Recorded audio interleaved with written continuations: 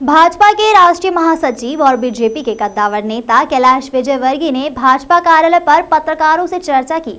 हमेशा अपने बयान को लेकर सुर्खियों में रहने वाले विजयवर्गीय ने कांग्रेस को आड़े हाथ ले लिया है। इस दौरान उन्होंने राहुल गांधी वाले मामले पर कहा, हाईकोर्ट के निर्देश पर ईडी जांच कर रहा है। पत्रकारों से चर्चा में कैलाश विजयवर्गीय ने कहा कि अगले 1-2 दिन में पार्षद के टिकट तय हो जाएंगे। सिंगल और डबल नाम वाले वार्डों के नाम लगभग तय हैं। जीतने वाले उम्मीदवार को ही टिकट मिलेगा, वो उम्मीदवार भले ही 100 साल का हो। कांग्रेस पर वार करते हुए उन्होंने कहा कि कांग्रेस ने लक्ष्मी पुत्र को तो भाजपा ने सरस्वती पुत्र को मौका दिया है। भाजपा ने पढ़े लिखे नौजवान को मौका दिया है। शहर का बेहतर विकास होगा। लक्ष्मी पुत्र अपने विकास के लिए खर्च करेगा, शहर के विकास के लिए नहीं। राहुल गांधी को लेकर उन्होंने कहा कि हाईकोर्ट के निर्देश पर ईडी जांच कर रहा है। वे केंद्र पर बेबुनियाद आरोप लगा रहे हैं और गांधी परिवार ने अपनी ही पार्टी में भ्रष्टाचार किया है। 3 राज्यों के सीएम सड़क पर बैठे हैं तो क्या जनता ने उन्हें भेजा है? राहुल गांधी जब ईडी जाते हैं तो प्रियंका को साथ लेकर जाते हैं और जब विदेश जाते हैं तो अकेले जाते हैं। विजयवर्गीय ने पूर्व मुख्यमंत्री कमलनाथ पर भी निशाना साधा और मीडिया के जरिए सवाल किया कि कमलनाथ खुद बताएं कि उनकी सरकार क्यों गिरी। उनसे ना तो सरकार संभली और ना ही उनकी पार्टी संभली। केंद्रीय एजेंसी ने सीधा इन्वॉल्वमेंट नहीं, हाईकोर्ट के निर्देश हुए कि इसमें ईडी जांच करे। हाईकोर्ट के निर्देश के बाद ईडी का प्रवेश हुआ और इसलिए भारतीय जनता पार्टी की सरकार को बदनाम करने के लिए अपने बड़े भ्रष्टाचार को छुपाने की कोशिश कर रही है। आप समझ सकते हैं कि 2-2, 3-3 राज्यों के मुख्यमंत्री सड़क पर बैठे हुए वहाँ पर जनता ने उनको इसलिए भेजा है कि आप दिल्ली में जाके सड़क पर बैठे, तो किस लिए बैठे कि उनके नेता ने करोड़ों का भ्रष्टाचार किया। तो भ्रष्टाचार भी कहाँ किया? With in party. आप उस केस को समझने की कोशिश करें। पार्टी के अंदर का भ्रष्टाचार है, सरकार का भ्रष्टाचार नहीं। जिस पार्टी का आप नेता हो उस पार्टी के अंदर आप भ्रष्टाचार करें। तो इसलिए सारी बातों को समझने की आवश्यकता, और जनता बहुत जागरूक है, सब समझ रही है कि उन्होंने सोचा कि इंदिरा गांधी ने 77 में इस प्रकार आंदोलन करके कांग्रेस फिर से खड़ी हो गई थी। जैसे कांग्रेस खड़ी नहीं होती है, कांग्रेस को खड़ी करने के लिए ईमानदारी चाहिए, समर्पण चाहिए, त्याग चाहिए। राहुल गांधी ईडी जाते हैं तो अपनी बहन को साथ में ले जाएंगे, कार्यकर्ता को साथ में ले जाएंगे। विदेश जाते हैं तो चुपचाप अकेले के चले जाते हैं।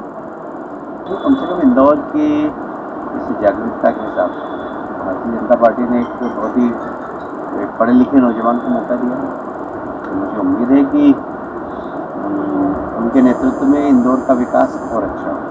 पर कश्मकश दिखाई दे रही है बीजेपी नेताओं के चेहरों पे, उलझन में है वो टिकट के बाद।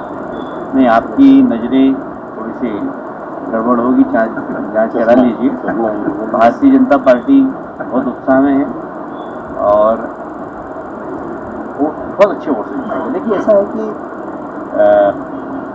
मेयर कौन हो, कैसा हो, इसके बारे में राजनीतिक दलों को विचार करना चाहिए। किसी के पास पैसा हो, आप उसको उम्मीदवार बना दें। तो कांग्रेस ने एक लक्ष्मी पुत्र को पैसा होने के कारण उम्मीदवार बना दिया, पर हमारे पास सरस्वती पुत्र है। वो कह रहे हैं कि पूरा हो जाता है। तो फिर इस बारे में मधु वर्मा जी हमारे बैठकर आप लोगों से चर्चा करेंगे पूरी विस्तार से, क्योंकि संभागीय संयोजक वो है। साधारणतः जिलों में हमारे नाम तय हो गए हैं, यहाँ बहुत ज़्यादा उसमें करने की गुंजाइश नहीं है, इसलिए खंडवा, बुरहानपुर इनके नाम तय हो गए। इंदौर की सूची कब आ रही है पार्षदों की? कल तक आ जाएगी। आज विचार मंथन हो, कल तक आ जाएगी। सर, कोई क्राइटेरिया तय किया गया है? कोई उम्र का क्राइटेरिया या इस तरह से कोई? जीतने वाला उम्मीदवार होगा, कोई उम्र नहीं। अगर 100 साल का कोई जीत सकता तो उसको भी दे देंगे। उसी वार्ड का रहने वाला है, कम वालों को ही टिकट देंगे। भोपाल में क्राइटेरिया तय हुआ, भोपाल की नगरीय निकाय के लिए।